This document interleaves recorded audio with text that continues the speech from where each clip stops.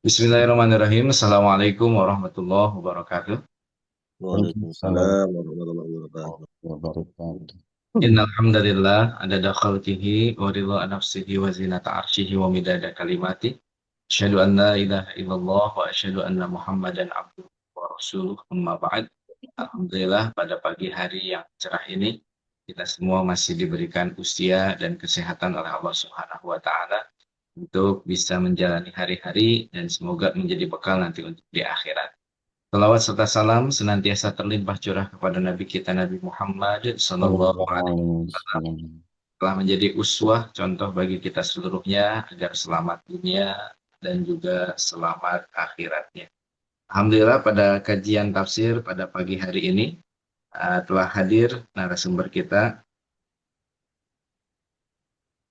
Pak Ustadz Asep Dudi, Dr. Asep Dudi Suhardini SAG MPD. Wilujeng enjing Pak Ustadz. Alhamdulillah. Akan membahas tentang psikologi kesesatan. Tafsir dari surat Al-A'raf ayat 146. Waduh, sangat menarik sekali ini. Insya Allah ya, kita akan tunggu ini ilmunya. Baik, tapi sebelum kita mulai, sebelum kita langsung ke narasumber, kita mulai dulu kajian tafsir pada pagi hari ini dengan sama-sama membaca basmalah. Bismillahirrahmanirrahim. Bismillahirrahmanirrahim. Selanjutnya adalah pembacaan ayat suci Al-Quran yang akan dibacakan oleh Kang Herman. Maka Kang Herman. Mangga Pak Ustad. Matur nuhun. أعوذ بالله من الشيطان الرجيم.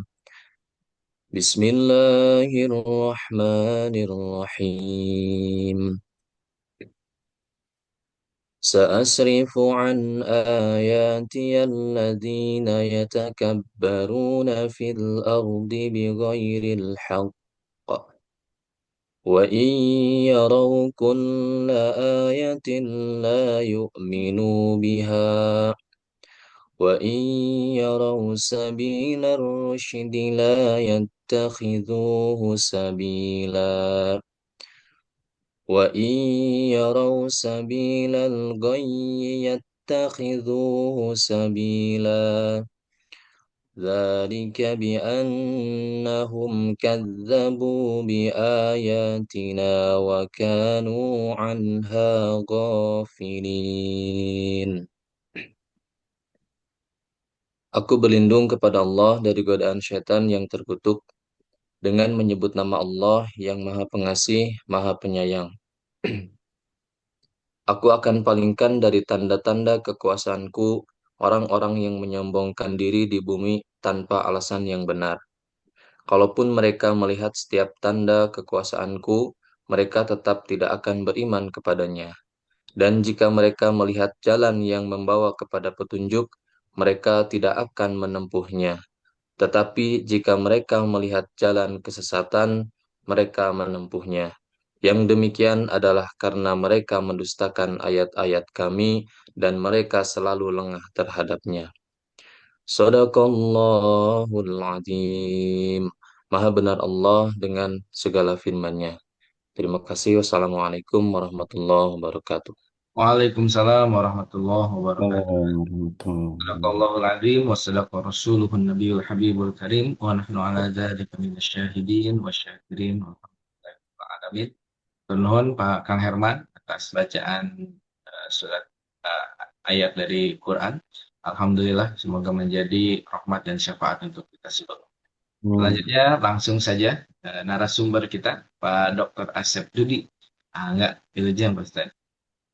Dugi Tabu 545. 545.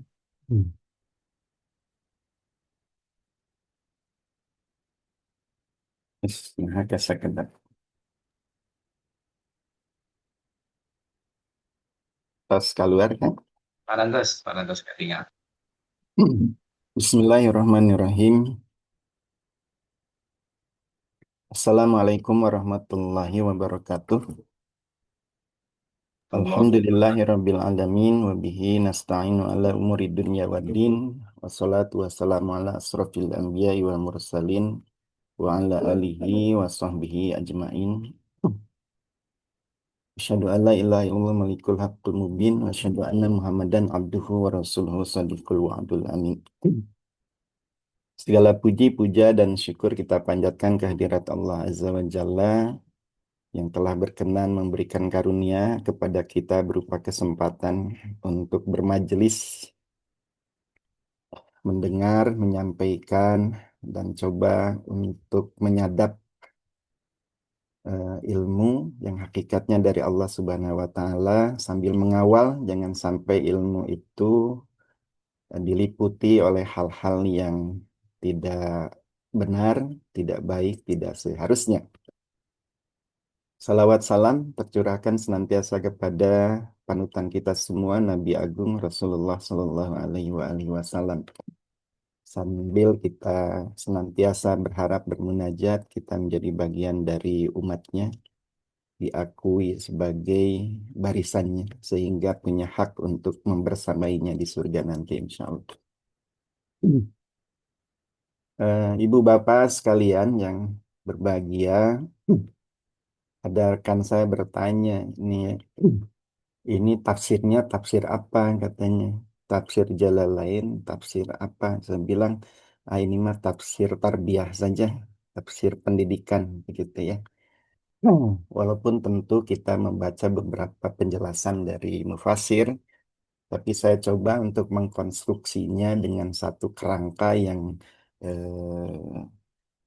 saya sebut sebagai psikologi kesesatan gitu ya. Hmm. Sehingga ini kita gunakan untuk membaca ayat ya di dalam surat Al-A'raf 146, sehingga kita langsung terkoneksi isi ayat ini seperti ini eh, karena kita menggunakan cara pandang, perspektif atau frame berpikir eh, dengan frame berpikir psikologis gitu ya. Kalau ada ibu bapak di antara ibu bapak yang dari Fakultas Psikologi yang tentu sangat mendalam keilmuannya, mohon sumbangsih pemikirannya ya, apakah ini sudah benar atau belum. Eh, Baik, jadi istilah psikologi kesesatan ini barangkali sebenarnya kemasan kemasan dagang nih tadinya. Pada dasarnya ini seperti orang marah-marah itu kan ada psikologisnya gitu ya. Orang itu membenci juga itu ada proses atau ada peristiwa psikologisnya. Nah, yang paling sering diekspos itu kan cinta ya. Cinta itu juga ada psikologisnya gitu.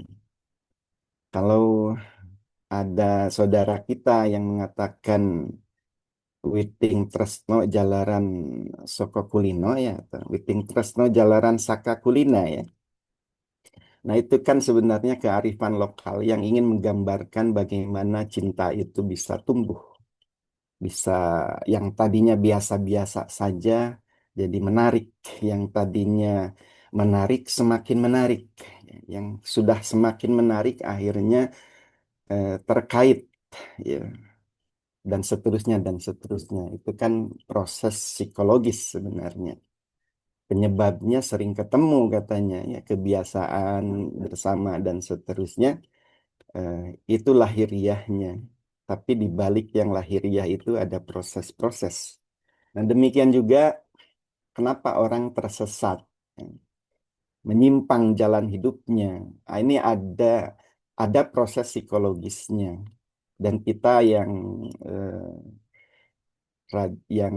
menggenapi setiap hari sholat setidaknya 17 rakaat, kita berlindung dari proses psikologis yang salah ini ya, dan ingin berada dalam proses psikologis yang benar. Itu yang kita mintakan di dalam surah Al-Fatihah setiap rakaat.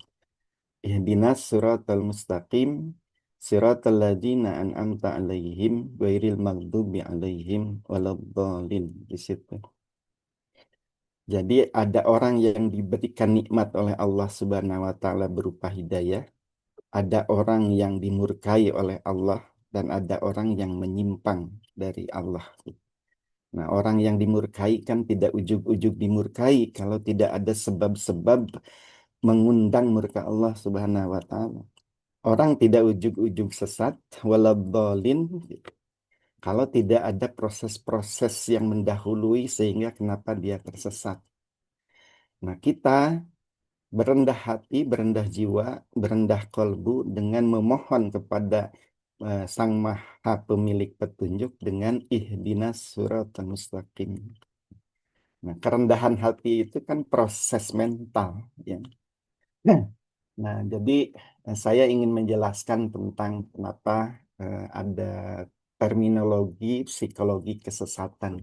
Jadi sebenarnya ingin mencoba membaca fenomena tersesat jalan, menyimpang dari kebenaran itu dilihat dari proses mentalnya, proses psikologisnya gitu. Apa yang terjadi itu sebenarnya, ya.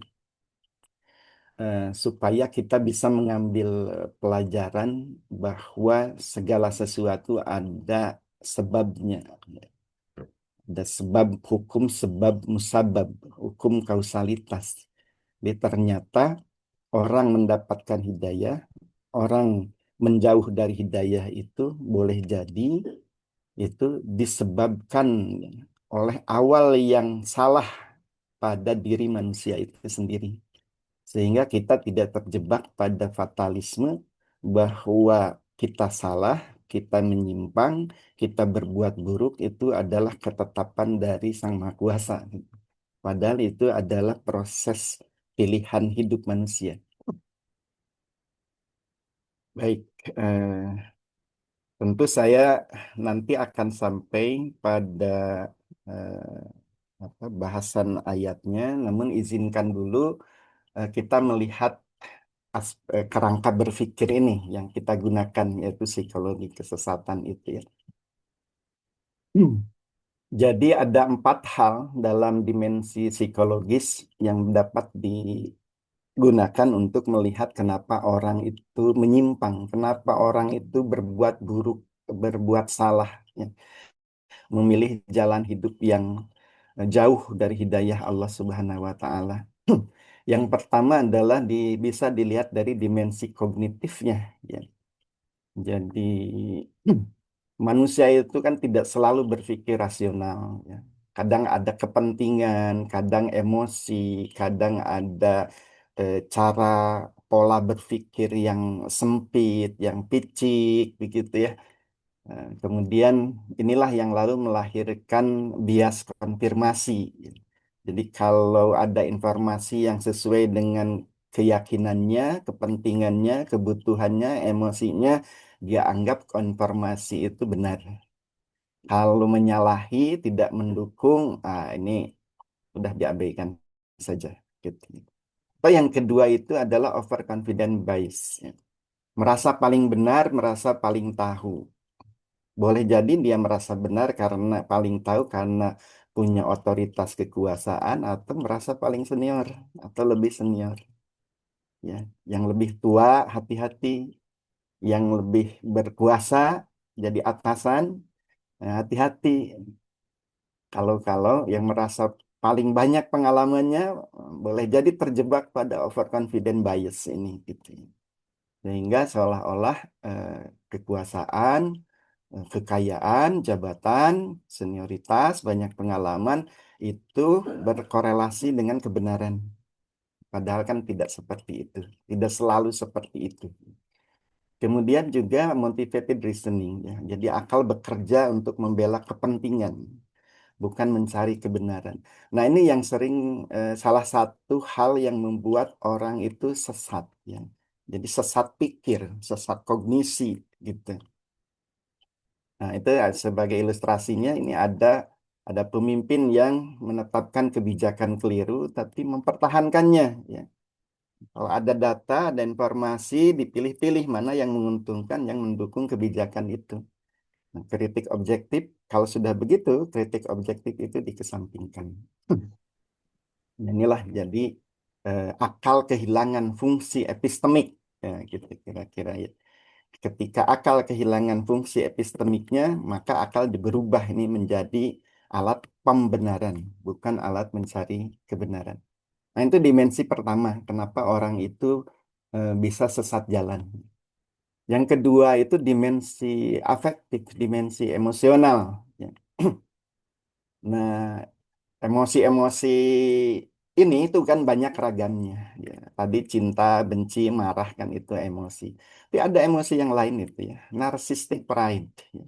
Kesombongan, memandang bahwa diri itu punya kelebihan, punya keunggulan, punya superioritas. Ya.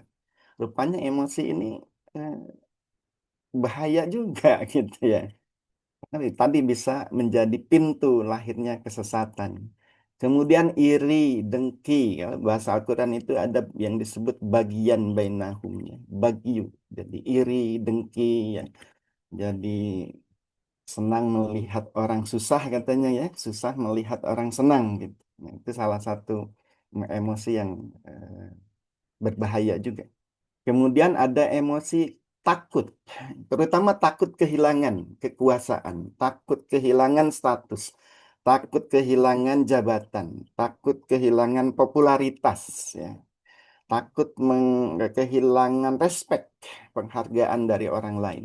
Nah, itu juga ternyata eh, merupakan bagian dari hal-hal yang harus diwaspadai karena dalam konteks ideologi keyakinan itu bisa juga mempengaruhi orang memilih jalan yang salah ya.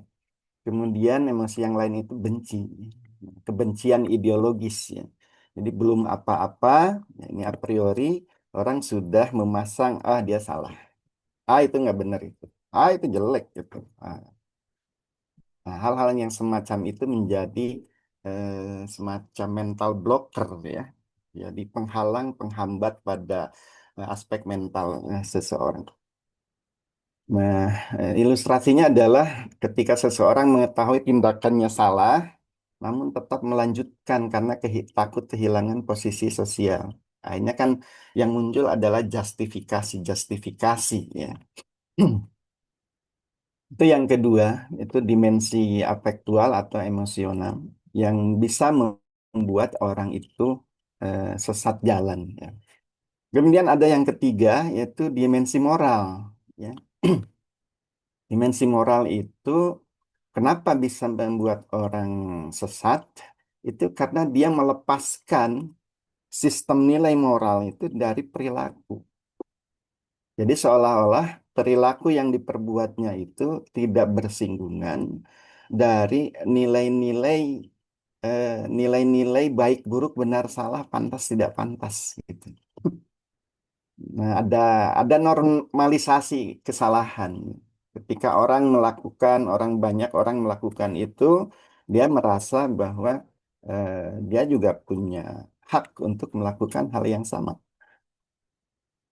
Jadi dia melepaskan tanggung jawab moral pada dirinya, seolah-olah itu moralitas orang banyak. Ya. Nah, akhirnya kalau ini berlaku terus ya menjadi kebiasaan, maka kejahatan itu bisa didefinisikan, diredefinisi ya menjadi kebaikan. Jadi dengan pembenaran-pembenaran itu yang baik bisa jadi buruk, yang buruk jadi baik. Ya. Manipulasi, korupsi ya, kadang dengan diberikan make up ini strategi ya. Ini kan sistemnya memang begitu. Ini demi kepentingan ya, kepentingan orang banyak dan seterusnya. Itu kan pembenaran-pembenaran yang moralitas yang seharusnya melekat pada perilaku itu seolah-olah di apa di dilepaskan ya, dicopot gitu. Sehingga bukan stempel moral yang berlaku pada perilaku itu, tapi stempel yang lain, stempel justifikasi, stempel pembenaran. Jadi sebenarnya nuraninya ada. Kalau ini terjadi, tidak berarti nuraninya mati, tapi suara nurani itu dibungkam. Ya. Orang seperti kehilangan hati nurani karena proses pembungkamannya mungkin berlangsung terus-menerus. Jadi semakin intens. pembungkaman suara hati nurani, ya. Hati nurani itu ada tapi tidak bisa apa-apa, tidak berdaya. Itu yang ketiga. Nah, yang keempat itu ada dimensi spiritual. Jadi dalam spiritualitas itu kan ada ego juga, ya. Nah, bahasa Quran itu al-hawa. Apakah engkau tidak melihat manitakhadu ilahahu hawahu, orang yang menjadikan hawa nafsunya itu sebagai ilahnya, sebagai Tuhannya, ya. Nah, kita tidak bisa menutup mata bahwa kadang-kadang, ya, kita terjebak juga pada pada mengikuti eh, keinginan diri, ya, yang boleh jadi itu tidak oleh hati nurani sudah diberikan warning. Ah, itu nggak benar itu. Ah, itu salah itu jelek, jangan gitu. Tapi kita abaikan hati nurani, kita mengikuti eh, dorongan-dorongan yang hawa nafsu ini, ya. Nah, ini kalau ini terjadi, dan kalau ini sering terjadi, kalau ini menjadi kebiasaan terjadi, maka kita semakin mudah untuk berganti posisi, ya. Melihat kebaikan menjadi keburukan, melihat keburukan itu sebagai kebaikan, gitu.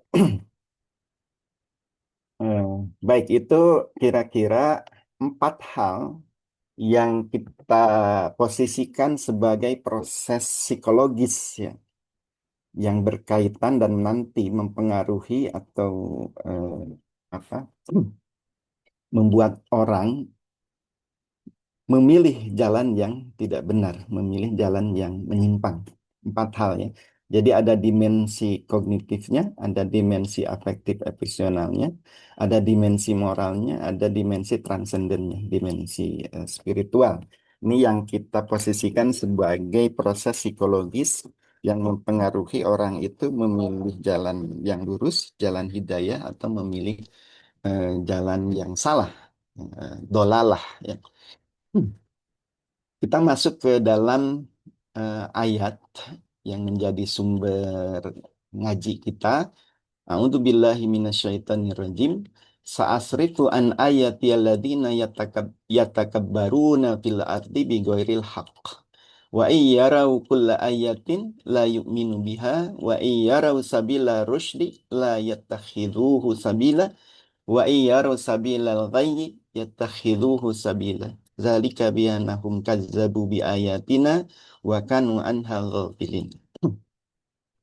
Ini deklarasi dari Allah Subhanahu wa taala. Sa'asrifu an ayati. Aku akan memalingkan dari ayat-ayatku. Tentu ini pernyataan Allah Subhanahu wa taala, ya. Sa'asrifu an ayati alladzina yatakabbaruna fil ardi bighairil haqq. Aku akan memalingkan dari ayat-ayatku, yaitu memalingkan siapa? Memalingkan orang-orang yang takabur, yang memiliki tadi narcissistic pride, kesombongan diri, gitu, menyombongkan diri, membesar-besarkan diri. Eh, Takabur itu kan eh, selaras, ya, dengan tadi kebesaran. Ya, takabur itu yang kecil tapi dibesar-besarkan. Orang hamba merasa jadi tuan. Lemah merasa kuat, ya. Tidak berdaya merasa mampu. Nah, perasaan-perasaan mampu, kuat, besar yang disertai kebanggaan, ya, itulah takabur, ya, bibit takaburnya. Dan rupanya Allah Subhanahu wa taala itu dengan tegas menyatakan orang-orang yang di dalam dirinya itu ada takabur itu akan dipalingkan dari ayat-ayat Allah. Jadi palingkan itu bisa jadi tidak memahami maknanya, kemudian enggan untuk menyentuhnya, dan banyak hal lagi, ya, proses pemalingan Allah terhadap orang-orang yang takabur itu. Ya takabaruna fil ardi bighairil haq. Sebenarnya kan tidak ada alasan hak, hujah, argumentasi yang dapat dibenarkan untuk membuat orang itu takabur. Tapi oleh Allah ditantang ya, oleh Allah ditantang. Kalau ada alasan untuk takabur, tunjukkan gitu. Jadi bukan berarti ada orang yang boleh takabur kalau punya alasan yang hak gitu. Tapi justru ini apa satirnya bahwa takabur itu pada dasarnya tidak punya alasan, tidak punya hujah untuk orang itu bertakabur di muka bumi ini. Apa sih gitu yang membuat orang itu bisa takabur? Tidak ada. Lemah, sakit, jatuh dan seterusnya itu. Jadi sama sekali tidak ada alasan yang dapat dibenarkan untuk orang itu bertakabur. Ini tapi kalimatnya Pak Sa'asrifu an ayati alladzina yatakabbaruna fil ardi bighairil haq. Allah akan palingkan, aku akan palingkan orang-orang yang takabur di muka bumi tanpa alasan yang benar. Nah, oleh Allah Subhanahu wa taala, alladzina yatakabbaruna fil ardi bighairil haq itu diberikan atribut karakteristik yang lain ya. Wa iyyarau kulla ayatin la yu'minu biha. Eh, Kalau mereka itu melihat ayat kebenaran, ayat kebaikan, tanda-tanda petunjuk, hidayah, la yu'minu biha. Mereka tidak mengimaninya. Mereka tidak percaya, mereka tidak menerimanya. Tanda-tanda kebaikan, tanda-tanda hidayah, sinyal, sinyal petunjuk kebenaran itu. Wa iyyarau sabila rusdi la yattakhidhuhu sabila. Dan setiap mereka melihat jalan yang benar, jalan petunjuk, jalan yang baik, jalan yang maslahat, yang menuju pada ridha Allah, la yattakhidhuhu sabila. Mereka tidak menjadikannya jalan, tidak mengambilnya sebagai jalan atau pilihan. Nah, sebaliknya wa iyarau sabilal ghayyi yattakhiduhu sabila. Namun ketika mereka melihat jalan yang buruk, jalan yang salah, jalan yang menyimpang, yattakhiduhu sabila. Mereka justru mengambilnya sebagai jalan pilihan jalan hidup. Jadi ada paradoks di sini di orang yang takabur fil ardi bighairil haq itu. Yaitu kalau melihat tanda-tanda kebaikan, tanda-tanda kebenaran, tanda-tanda hidayah yang menuntunnya kepada keselamatan, kepada ridha Allah, kepada surga gitu. Mereka tidak mengimaninya. Kalau melihat jalannya, kalau disebut jalan itu kan sudah ada caranya ya. Kalau ayat itu bisa menjadi orientasi, tapi untuk sampai di tujuan tersebut kan perlu peta jalan. Nah, orang ini ketika melihat peta jalan menuju kepada kebaikan itu justru nggak diambil. Tapi ketika ada peta yang lain, yang mungkin nanti sesuai dengan tadi ya, eh, keinginannya, kebutuhannya, kepentingannya, gitu, diambil itu sebagai pilihan jalan. Nah, yang demikian itu, zalika bi annahum kadzabu bi ayatina. Jadi rupanya itu ada sesuatu yang sangat fundamental yang menjadi penyebabnya, pencetusnya itu bi annahum kadzabu bi ayatina wa kanu anha ghafilin. Dua hal itu, mereka mendustakan ayat-ayat kami dan mereka sebelumnya itu termasuk yang lalai, lengah, ya, ghaflah terhadap ayat-ayat tersebut. Nah, kalau kita menggunakan frame psikologi tadi, itu ayat ini sangat terang benderang. Gitu ya.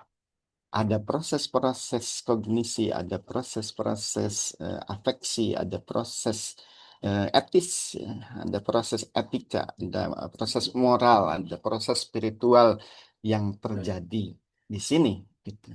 Jadi tidak ujug-ujug Allah itu membuat orang menyimpang, enggak mendapatkan hidayah. Tapi ada proses-proses perilaku yang sengaja secara sadar dilakukan oleh manusia. Tidaknya ada 5 kata kunci ya, kalimat kunci yang perlu kita garis bawahi di sini, yaitu sa'asrifu an ayati alladziina yatakabbaruna fil ardi bighairil haqq. Itu yang pertama. Ku akan memalingkan dari ayat-ayatku orang yang menyombongkan diri di bumi ini tanpa alasan yang benar. Yang kedua, wa iyarau kulla ayatin la yu'minu biha. Setiap mereka melihat ayat, mereka tidak beriman kepadanya. Yang ketiga, wa iyyaru sabila rusdi la yattakhiduhu sabila. Dan apabila mereka melihat jalan yang benar, jalan yang hak, jalan petunjuk, mereka tidak memilihnya sebagai jalan. Mereka tidak mau menempuh jalan itu. Wa iyyaru sabila al-ghayyi yattakhiduhu sabila. Dan ketika mereka melihat jalan yang salah, jalan yang buruk, jalan yang tidak baik, justru mereka mengambilnya sebagai jalan, sebagai pilihan hidup. Zalika bi'annahum kadzabu biayatina wa kanu anha ghafilin. Demikian itu disebabkan mereka mendustakan ayat-ayat kami dan mereka selalu lalai terhadap ayat-ayat tersebut. Nah, dari 5 kalimat kunci ini kita cek gitu ya. Jadi kita melihat wa iyarau kulla ayatin la yu'minu biha. Kita bisa masukkan ke dalam ada distorsi akal karena ada kesombongan itu. Jadi ya takabaruna fil ardi bighairil haq itu membuat akal itu terdistorsi. Jadi meskipun mereka melihat ayat, tapi jiwanya tidak tersentuh untuk percaya, untuk beriman kepada ayat itu. Ayat itu kan sign, ya, tanda. Di beyond the sign, jadi di balik tanda itu ada sesuatu. Langit bumi ini adalah tanda ayat. Diri kita, wajah kita yang setiap hari kita lihat di cermin ini kan ayat, tanda gitu. Nah, tapi kemudian tanda ini tidak dieksplor, tidak dielaborasi, tidak ditelusuri, memberikan makna apa? Kenapa? Ada kesombongan di sini. Kalau ada kesombongan di situ, maka nggak akan pernah sampai kepada makna di balik tanda itu. Ini yang terjadi kalau ada orang sombong. Ya, tentu berbeda kalau kemudian, aduh belum ada waktu. Tentu bukan kesombongan ya. Tapi ada orang mengatakan belum ada waktu bisa juga karena sombong gitu, ya. Sehingga tidak sempat untuk mentadaburi ayat ya. Nah, karena ada tadi ya takabaruna, takabur itu setiap ayat itu dia lihat walaupun terpampang jelas lewat di depannya bahkan berdiam di hadapannya la yu'minu biha. Mereka tidak beriman. Nah, ini kalau ini kita lihat sebagai distorsi kognitif yang distorsi kognitif yang lalu mempengaruhi kepada proses pemrosesan informasi di dalam akal, maka ini yang kemudian menjadi sebab kebenaran itu tertolak. Ya. Karena ada tadi confirmation bias, ya, overconfident bias, motivated reasoning gitu ya. Jadi informasi yang mendukung keyakinan baru diterima ya. Orang karena merasa paling benar, paling tahu, melihat ayat jadi biasa-biasa saja, nggak merasa perlu untuk mempercayainya, tidak merasa perlu untuk mengimaninya. Ya akhirnya wa iyarau kull ayatin, ya, akalnya itu tidak memproses ayat itu ya, karena tidak sesuai dengan kepentingannya, tidak sesuai dengan orientasi hidupnya, tidak sesuai dengan kebutuhannya. Ini aku juga tahu soal ini begitu ya. Ini ilustrasinya kalau seseorang itu menyaksikan ada bukti kebenaran nilai moral atau ajaran ilahi, gitu, apapun menolaknya itu karena kepentingan ada kekuasaan, mungkin itu mengganggu identitasnya. Jadi orang itu tersesat bukan karena kurang bukti, kurang argumentasi, bukan, tapi karena akalnya sudah dikunci oleh kesombongan itu.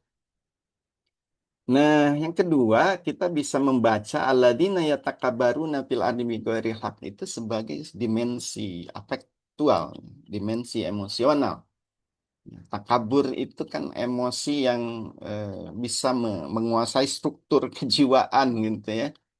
Jadi ada narcissistic pride ya, ego defensiveness gitu.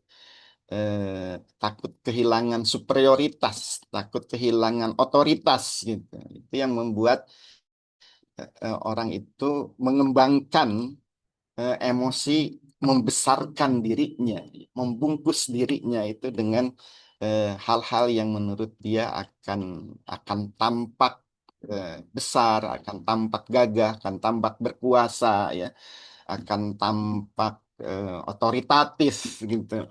Kalau kalau ini yang terjadi, ya, maka sejelas apapun kebenaran itu, ya, ego orang ini nggak mau tunduk gitu. Nah, karena itu emosi yang seperti ini itu menjadi penghalang tadi, penghalang epistemik ya. Karena orang tidak mau disalahkan ya, tidak mau dianggap lemah, tidak mau dianggap berdaya, keliru dan seterusnya. Yang ketiga, nah ini ada proses pembalikan nilai ya. Wa iyarau sabila rusdi la yattakhidhu sabila wa iyarau sabila ghayy yattakhidhu sabila. Melihat jalan yang baik, jalan petunjuk tidak dia pilih, tapi melihat jalan yang salah, yang tidak benar, tapi dia ambil. Ini kan persoalan pilihan ya. Jadi kalau begitu orang itu menyimpang karena memilih untuk menyimpang. Kalau orang itu salah karena dia memilih untuk melakukan hal yang salah itu.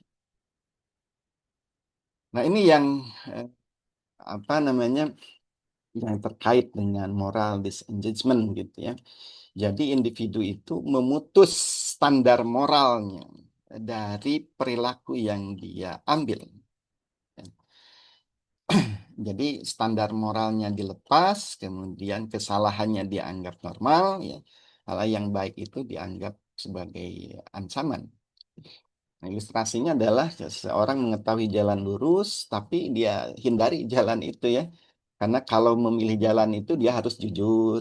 Kalau memilih jalan itu dia harus bertanggung jawab. Kalau memilih jalan itu dia harus berkorban. Nah, dia tidak mau menegakkan nilai-nilai moral yang seperti itu. Aduh, berat dong kalau harus jujur, berat dong kalau harus berkorban gitu. Jadi dia meninggalkan hati nurani itu secara sadar. Kemudian ada pemalingan ya. Akhirnya kan yang terjadi akumulasi dari perilaku-perilaku sadar, perilaku-perilaku sengaja dalam atmosfer psikologi seseorang itu, ini yang menjadi konsekuensinya. Sa'asrifu an ayati. Aku palingkan dari ayat-ayatku itu. Jadi kalau proses-proses itu terjadi berlangsung, apalagi terus-menerus berkelanjutan menjadi kebiasaan, maka sangat-sangat logis konsekuensinya seseorang itu memang menjauh dari kebenaran, menjauh dari jalan yang baik, jalan hidayah gitu ya. Jadi kalau begitu, pemalingan oleh Allah Subhanahu wa taala itu bukan penyebab orang sesat, tapi akibat dari orang memilih sesat. Jadi karena itu orang sesat itu, orang tersesat jalan, tidak mendapatkan hidayah itu bukan karena Allah menghendaki dia dia menyimpang, tersesat, tapi Allah sudah menetapkan hukum-hukum ya, sunatullah kesesatan. Gitu. Kalau proses-proses ini terjadi, kalau proses-proses ini dilakukan, kalau proses-proses ini dijalani, proses-proses tersebut akan membawa kepada kesesatan. Itu pasti. Itu yang disebut mungkin sudah ada ketetapan. Haqqat alaihimud dalalah, ya. Sudah tetap bagi mereka itu kesesatan. Itu bukan vonis takdir, tapi konsekuensi rumus pilihan hidup, konsekuensi dari rumus psikologisnya. Kalau rumus-rumus itu yang diambil, dipakai, ya sama dengan sesat. Gitu. Tapi kalau yang ngambilnya rumus-rumus yang lain, rumus-rumus psikologis yang berbeda, nah ini baik nih, ini selamat nih, nah, ini Ya, hidayah. ketemu jeung si Nina jadi Ya. ya, jadi Jadi oh pemalingan oleh Allah Subhanahu wa taala di itu bukan sebab Magdalena awal tapi keluar lah. akibat akhir ya. Akibat akhir dalam proses psikologis yang panjang. Hati yang tertutup, kesadaran ilahiyah yang dipadamkan, spiritualitas yang tidak difungsikan. Ya. Jadi Allah memalingkan karena manusia lebih dahulu berpaling. Jadi hidayah itu tidak hilang tiba-tiba, tapi ditinggalkan oleh manusia itu sendiri. Nah, ini barangkali 5 menit lagi Pak Ustadz. emang enggak. Ini tahapannya begitu ya. Jadi ada kelalaian itu yang wakanu an ghafilin itu ya. Orang itu lalai. Maka memang langkah pertama itu kita tidak boleh lalai ya. Harus menjaga sensitivitas, kepekaan jiwa kita terhadap menyangkut baik, buruk, benar, salah, ini pantas apa enggak pantas gitu ya. Memelihara memelihara sensitivitas nilai di dalam diri kita ini menjadi salah satu eh, apa kunci ya supaya ketika bertemu dengan ayat itu lalu ada koneksi. Nah, ayat ini memberikan nilai apa, memberikan pelajaran apa, memberikan sentuhan apa gitu. Tapi kalau kemudian orangnya memilih, ah, bisa bodoh deh ini gitu ya. Nah, itu langsung akan memicu ya, ada efek dominonya terhadap persepsi ya, proses kognitif itu. Terjadi distorsi persepsi gitu. Buktinya ada tapi ditolak ya. Fakta-fakta itu dipilih mana yang cocok dengan kita. Kemudian nanti masuk ke justifikasi ego. Jadi pembenaran ya. Jadi tadi ya, kesalahan, keburukan, penyimpangan itu dianggap normal, lalu diberikan label baru. Ini kan biasa. Oh, ini kan orang lain juga melakukan hal itu. Ya. Nah, sudah ada justifikasi ego, masuk ke pembalikan moral tadi. Jadi kalau melakukan hal yang baik, yang benar itu berat. Ya. Kalau yang salah, ringan, menyenangkan. Menyenangkan padahal salah, itu seorang seringkali mengulang. Gitu kan. Ya, akhirnya jadi terbiasa. Nah, kalau sudah ada pembalikan moral, terjadi preferensi kesesatan. Jadi, yang salah diyakini benar, yang benar dianggap salah. Gitu. Nah, kalau itu sudah terjadi, puncaknya nanti pada pemalingan spiritual. Spiritualitas berpaling yang tadi ya, saasrifu an ayatia itu ya.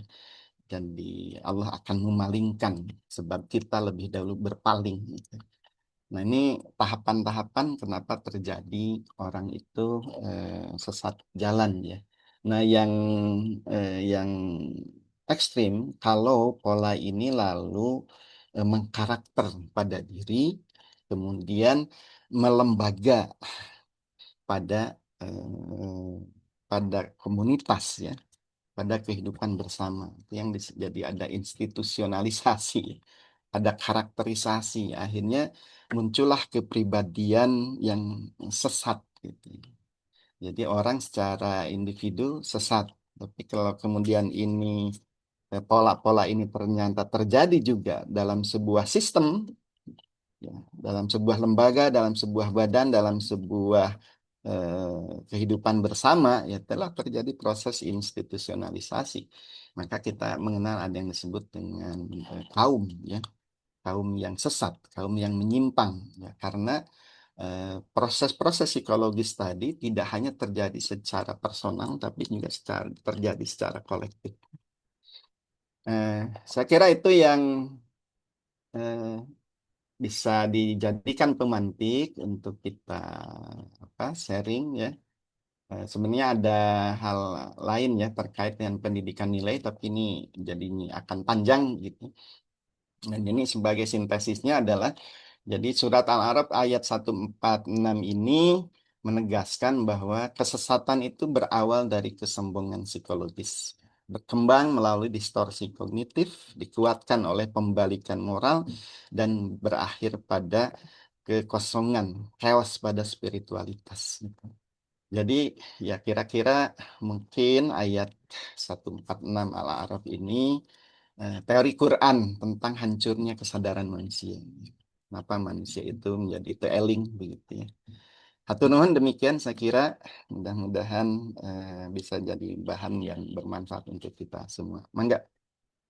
Hatur nuhun Pak Ustadz atas pemaparannya. Materinya juga sudah dibagikan di grup Bapak Ibu sekalian. Jadi sangat menarik sekali karena itu seperti apa yang Pak Ustadz Yudi bilang tadi, bahwasanya kesadaran seseorang itu bisa hilang karena timbulnya keakuan diri, timbulnya kesombongan, timbulnya narsistik ya, sifat-sifat narsistik. Kalau dulu saya waktu mahasiswa Pak, itu suka ada celepehan gitu, narsisme ergo sum. Kok ada Hmm. karena aku narsis. Narsisme ergo sum ya. Nah, Bapak Ibu sekalian, sekarang Bapak dibuka untuk diskusi. Apabila ada yang ingin ditanyakan, mangga untuk didiskusikan. Alhamdulillah sudah hadir juga di sini ada Prof. Evi, Prof. Nanda. Nggak ada Pak Dekan. Saya ini share juga Kang ke apa ke komunitas saya ya, ke Mangga, mahasiswa, mohon, mohon. ke orang tua mahasiswa, ke kawan-kawan Alhamdulillah. alumni Wilujeng Subi, saya Ibu ya. Bapak Sadayana. Mohon. Supaya ada yang ngawal maksud saya ya. Kalau salah materinya nanti ada yang meluruskan. Ada Prof. Ratna juga, Alhamdulillah. Alhamdulillah. Pak Ustadz, Assalamualaikum Pak Ustadz. Ya, sekali. Waalaikumsalam. Ya. Prof. Nandang. Assalamualaikum warahmatullahi wabarakatuh. Atur nuhun. Waalaikumsalam warahmatullahi. Punten tadi rada telat. Pak Ustadz, abdi teh yang cing manawi dari aspek psikologi ini kan melihat fenomena yang sekarang nih di negara Konoha nih ya. Sudah banyak apa namanya fakta-fakta dan data yang menunjukkan tentang banyaknya sifat-sifat yang dulu mungkin perilaku-perilaku yang jolim lah yang menyebabkan orang masyarakat menjadi teraniaya bahkan mungkin terdolimi, tapi masih banyak orang yang membela buta-buta, membabi buta gitu kan ya, membela benar seolah-olah ya benar aja yang sifat-sifat dulu yang pernah dilakukan itu nggak ada salah gitu kan ya, benar faktanya, padahal tadi fakta menunjukkan ya sudah bukan lagi alibi yang bisa mentolerir gitu kan ya. Nah, itu kalau dilihat dari aspek psikologi itu orang-orang yang seperti itu yang membela babi buta gitu gimana itu. Padahal tadi sekali lagi ya sudah bisa menunjukkan bahwa memang itu sudah dulu itu sifat-sifatnya sudah banyak menimbulkan korban bagi yang lain gitu kan. Jadi para pembuat kebijakan dulu lah kalau langsung mungkin saya ininya ya, para pembuat kebijakan dulu yang sudah jelas faktanya kita rasakan sampai sekarang, tapi masih banyak orang yang membela membabi buta. Nah, secara psikologis gimana nih? Apa sudah sumun bukmun gitu atau gimana nih Pak Ustadz? Terima kasih nuhun. Ya, ini Prof. Nandang sudah menjawab itu di akhirnya ya. Membukun umyun, pahum layar jiun. Saya pilih ya. Iya. Kaget juga Prof. Nandang ini udah update Pak, ada negeri Konoha. Oh iya, Konoha ya. Iya, Mas. Konoha itu singkatan ya. Enggak Pak Ustadz? Kingdom of Nepotism. Kemudian apa lagi itu ya? Saya baru tahu Hallucination. juga. Nah, Enggak Pak Ustadz? Enggak. ya, baik, kita ambil salah satu yang suka ngebela-bela itu kan buzzer ya. Ya. Nah, kalau kita ambil segmen buzzer yang suka membela kebijakan yang dianggap oleh publik itu zolim, itu kan sudah jelas ada apa namanya, ada motif ya. Karena buzzer ini orang bayaran ya, orang bayaran untuk menciptakan arus informasi, arus pendapat ya. Ketika eh, masyarakat ini dibanjiri oleh arus informasi dari mereka, harapannya muncul persepsi yang sesuai dengan apa yang mereka harapkan, persepsi publik yang tadinya tidak simpati ya jadi empati. Oh, pantesan kebijakannya begini gitu. Eh, jadi kita melihat kalau dari sisi segmen buzzer, mereka sangat punya motif psikologis sih, bahwa motifnya adalah motif ekonomi. Nah, motif ekonomi ini sedemikian dominan, menguasai konstruksi berpikir dia, konstruksi psikologis dia, sehingga mengabaikan hal-hal yang lain. Katakanlah misalnya kemaslahatan umum.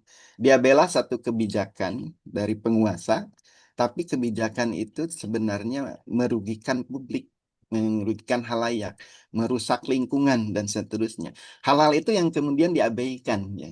Jadi, eh, karena sudah ada motif ekonomi, maka motif ekonomi itu di dalam rumus tadi, di dalam rumus psikologi kesesatan, itu menjadi penyebab dia dipalingkan dari hujah-hujah kebenaran yang lainnya. Jadi hujah rusaknya lingkungan, kemudian menyempitnya sumber penghidupan masyarakat kecil, misalnya ya, itu dia abaikan begitu saja.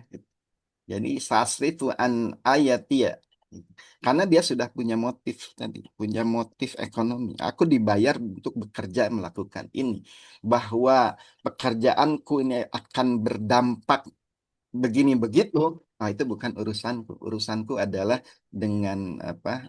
Dengan eh, pemesan, pemesan dengan pihak yang membayar gitu. Itu satu saja. Tapi yang lain-lain boleh jadi motifnya bukan ekonomi, motifnya kekuasaan, ya. Kalau di dalam Al-Quran itu ada tukang-tukang sihir yang di-hire oleh Fir'aun, ya, untuk melawan ayat-ayat Nabi Musa Ikan, ya. alaihi salam gitu ya. Jadi Fir'aun merasa bahwa perlu menghadirkan sekelompok orang yang kira-kira sebanding lah, ya, kalau diperhadapkan face to face dengan Musa ini, ya ini tukang sihir gitu. Nah, yang dilakukan, yang ditanyakan tukang sihir itu kan, ya Fir'aun, sekiranya kami menang melawan Musa, apa yang kami peroleh gitu. Nah, jawab Firaun itu, di samping kamu mendapatkan harta kekayaan, kamu itu kan menjadi orang yang dekat, didekatkan denganku. Gitu. Jadi apa? Karib, ya. Jadi karibnya kekuasaan gitu ya. Dia ya tukang sihir yang tadinya di pinggiran, hanya laku untuk rakyat kebanyakan, tapi karena mampu memadamkan perlawanan dari oposisi kekuasaan, maka dia menjadi orang dekat kekuasaan. Nah, tapi kemudian tukang sihir ini hebat, ya. Awalnya motifnya motif itu, motif ekonomi, motif supaya dekat dengan penguasa, supaya mendapatkan jabatan, kelimpahan harta, status, respek sosial, dan seterusnya. Tapi luar biasanya, ketika berhadapan dengan Nabi Musa, ternyata mereka melihat sesuatu yang baru, yang mencerahkan gitu ya.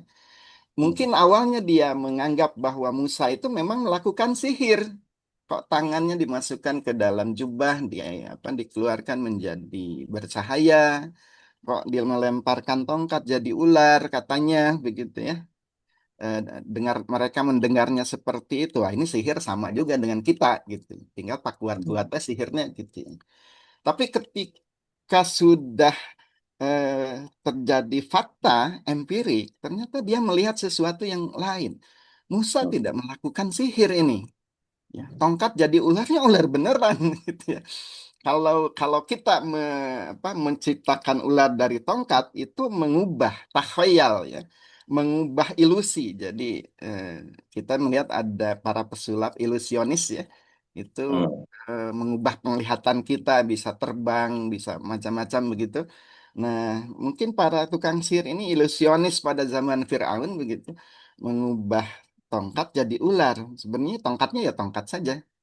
Cuma persepsi kita itu sebagai ular. Tapi tukang sihir tahu betul bahwa yang dilakukan Musa bukan itu, ternyata gitu. Nah, mereka justru terheran-heran, kok bisa ya tongkat jadi ular gitu. Lalu ular itu memakan ular-ular yang mereka ciptakan itu. Manusia tidak mungkin melakukan ini. Gitu. Manusia tidak mungkin melakukan ini karena ilmu tentang sulap itu kita masternya deh gitu ya. setinggi-tingginya ilmu sulap itu pastinya sampainya kepada yang kita lakukan. Tapi yang dilakukan Musa ini enggak. Gitu. Ah, ini bukan kekuatan manusia ini. Mesti ada kekuatan besar. Ya. Itu yang lalu mendobrak mental blokernya ya tukang sihir itu ya. Ini hebatnya tukang sihir. Jadi mereka berada pada strata sosial yang mungkin tidak terlalu tinggi, tapi ketika melihat kebenaran mereka beriman.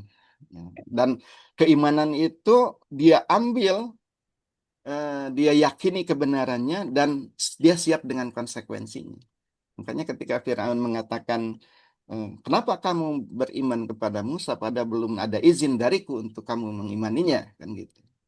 Kalau tidak kembali, tidak tobat, kembali kepada apa eh, penuhanan Firaun, itu maka kamu akan dipenggal, akan dipotong kaki, tangan secara silang, disalib dan seterusnya dan seterusnya. Tapi yang mereka lakukan adalah mereka ambil konsekuensi itu karena yang dia lihat adalah kebenaran. Jadi ada ada proses yang luar biasa ya di situ. Eh, ada proses mentalnya maksud saya. Nggak, tentu kita nggak dalam hal ini nggak ujuk-ujuk. Itulah eh, Allah hidayah prerogatif. Nggak juga ya. Jadi itu prerogatif Allah ada, tapi ada proses psikologis yang terjadi pada para tukang sihir itu ketika dia merasa takjub terhadap sesuatu yang belum pernah dia temukan dari ilmu di luar ilmunya. Ini yang mungkin juga analog dengan banyak ilmuwan yang lalu menerima kebenaran Islam karena Hmm. ilmuwan tertentu menggali ayat ini loh kok begini ya. Ini ini 15 abad yang lalu nggak mungkin ini gitu ya. Sangat tidak mungkin orang sampai pada pernyataan begini. Ah, ini dari mana? Oh, dari Quran. Quran dari mana? Dari Muhammad. Ah, nggak mungkin Muhammad. Manusia itu kan dibentuk oleh peradabannya, oleh zaman yang berlaku saat itu. Ini keluar dari konteks zaman, konteks peradaban, konteks teknologi, pengetahuan dan sebagainya. Ini dari luar dia gitu.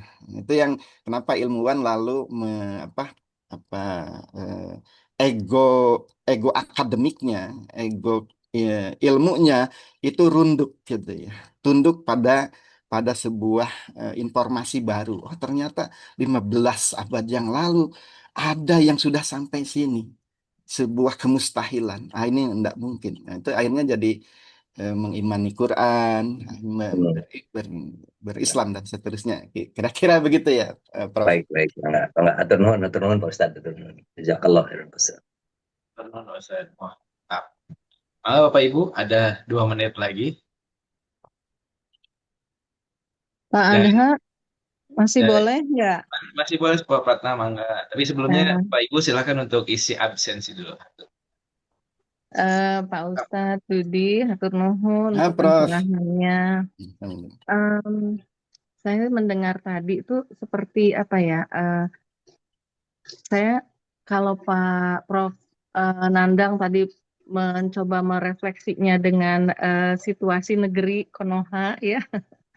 Kalau saya mungkin yang dekat-dekat aja dengan kondisi kita di Unisba gitu ya. Em, saya mencoba menyimpulkan, mohon koreksi kalau keliru gitu ya.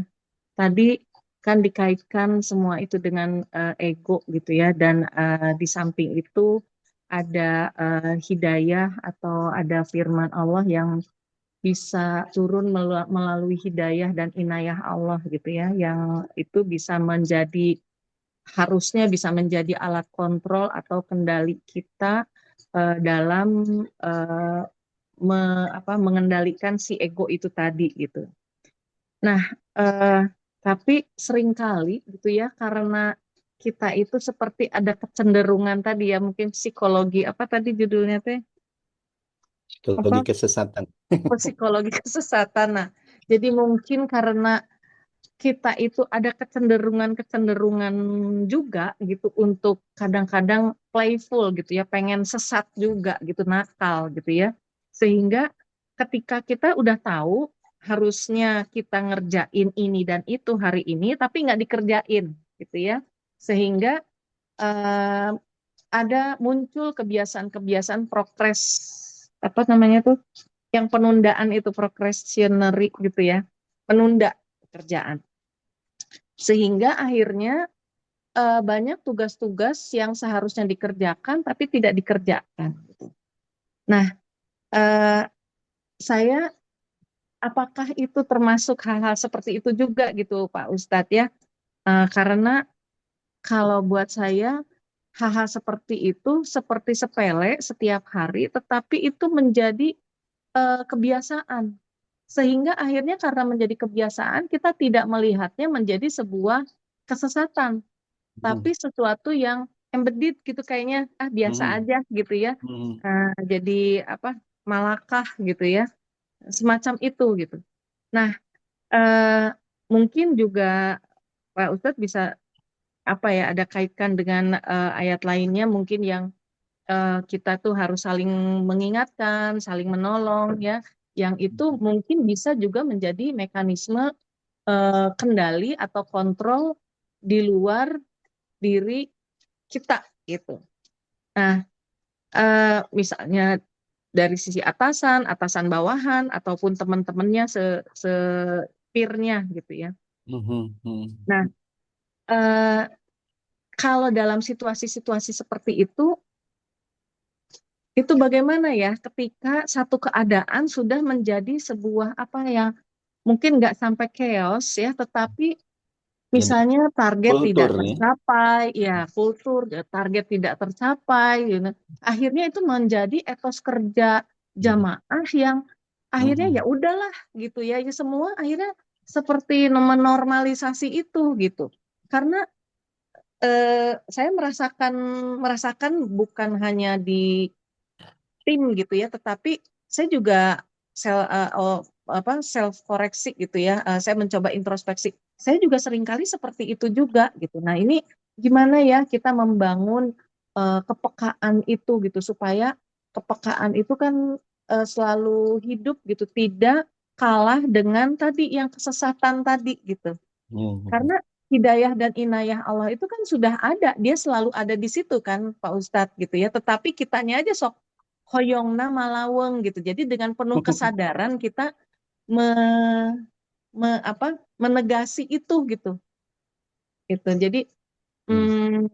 makanya yang namanya kalau dari BPM itu membangun budaya mutu, kemudian sekarang kita sedang membangun budaya risiko. Itu nggak akan tercapai gitu kalau Hmm. kita memang masih berada dalam koridor apa ya tidak kuat gitu ya untuk Hmm. membangun kepekaan tersebut. Jadi bagaimana ego ini kita bisa, ego itu kan bagus gitu ya, kalau saya melihat kan untuk membangun pencapaian ya, achievement Hmm. itu kan bagus gitu. Tetapi Hmm. kan bagaimana ego ini positif gitu loh, bukan ego yang negatif yang mencari apa yang tadi tuh aman, terus akhirnya karena kita dengan penuh kesadaran me-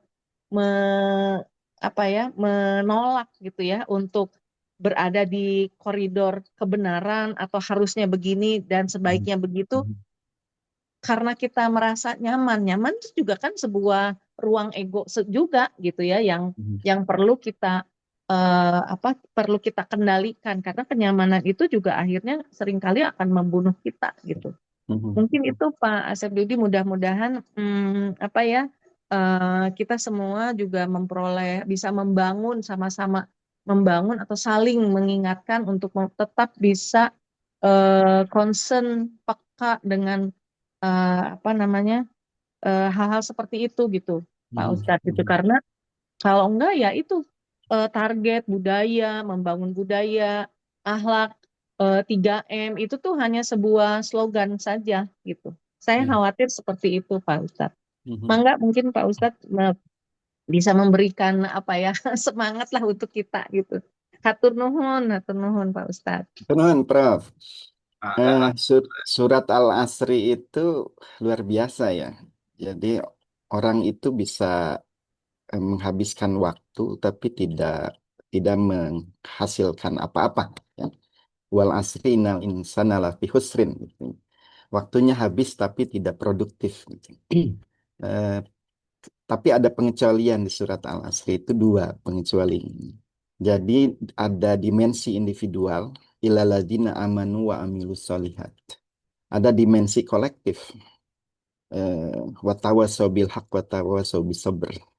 Jadi kalau iman dan amal soleh, jadi individu untuk menghindarkan kerugian waktu yang tidak menghasilkan apa-apa itu kata surat Al-Asr 2, ada pendekatan individual, dia harus beriman dan beramal soleh. Ini bicaranya etos barangkali ya. Kalau bahasa Prof tadi ini etos kerjanya ini yang harus dibenahi ya. Aspek dimensi ideologis iman dan dimensi praksis itu amal solehnya. Nah, yang kedua itu adalah tawasau bil haq, tawasau bis sabr. Ini dimensi kolektif ya, dimensi institusional. Eh, atau ini bisa kita sebut dengan ekosistem. Jadi individu yang iman dan beramal soleh itu harus ditopang juga dengan ekosistem nilai yang kondusif.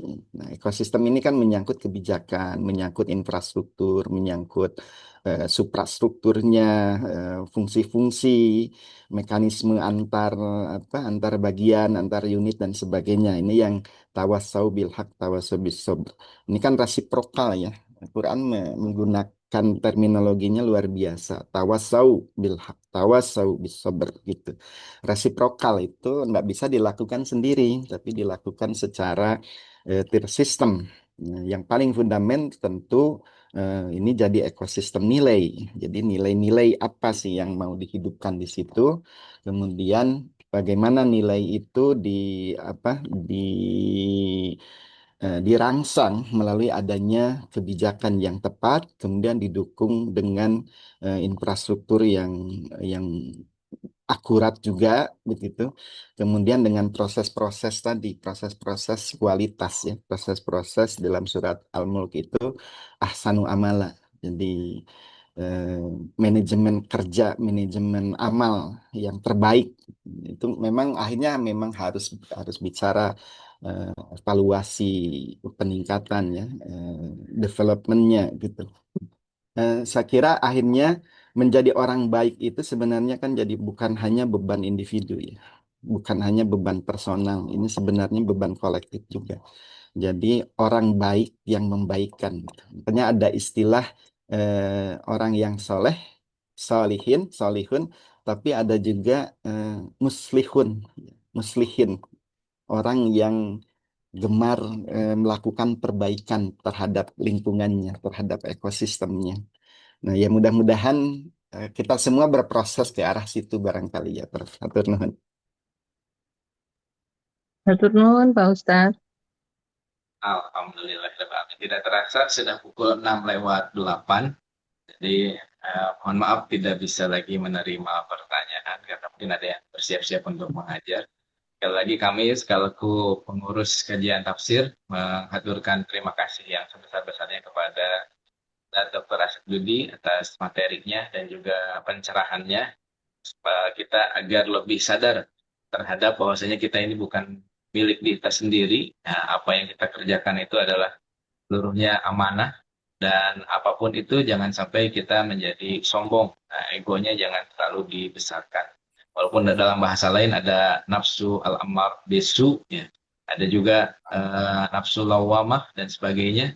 Nah, kita diusahakan untuk menjadi nafsu mutmainnah, jiwa-jiwa yang tenang, jiwa-jiwa yang sadar bahwasanya kita ini adalah hamba Allah Subhanahu wa taala. Nuhun Pak Dr. Sadi atas materinya. Terima kasih. Sebelum kita tutup, kita doakan dulu. Ada pengumuman dulu. Yang pertama dari Prodi SIH ada titipan.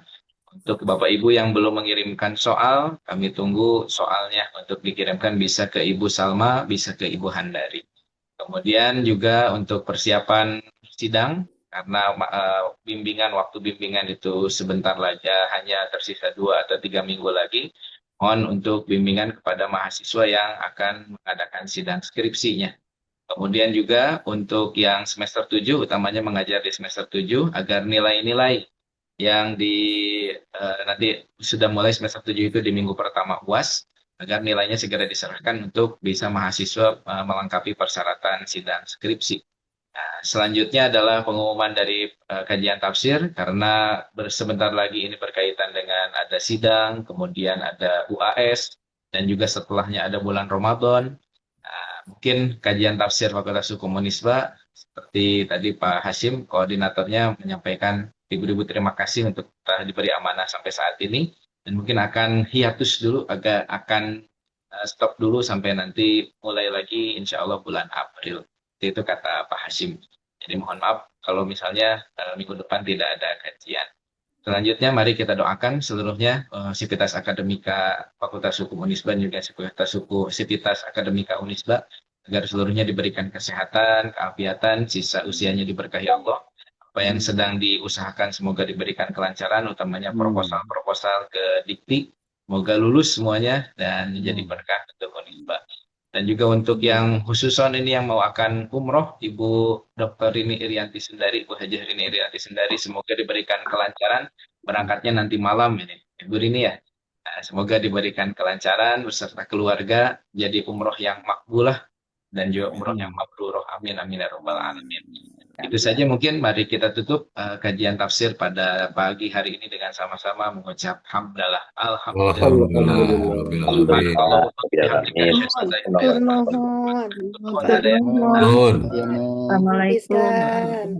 Bu Rini, wilujeng akan Bu Rini. Doanya atur nuhun hapunten Bu Rini, wilujeng Bu Iya. Rini. Mohon Ada maaf mau ya. berangkat Oh, di rumah ya? Ya. Masya Allah. Ya. Bu Rini, Sehat ada ya, Bu dulu soal Rini. hukum pers ya. Tunggu soal yang MKS. Ayeuna bade diselesaikan nu sadayana. Wilujeng Bu Rini. Keluar, Ibu Pak Rini. Ya. Sehat, lancar.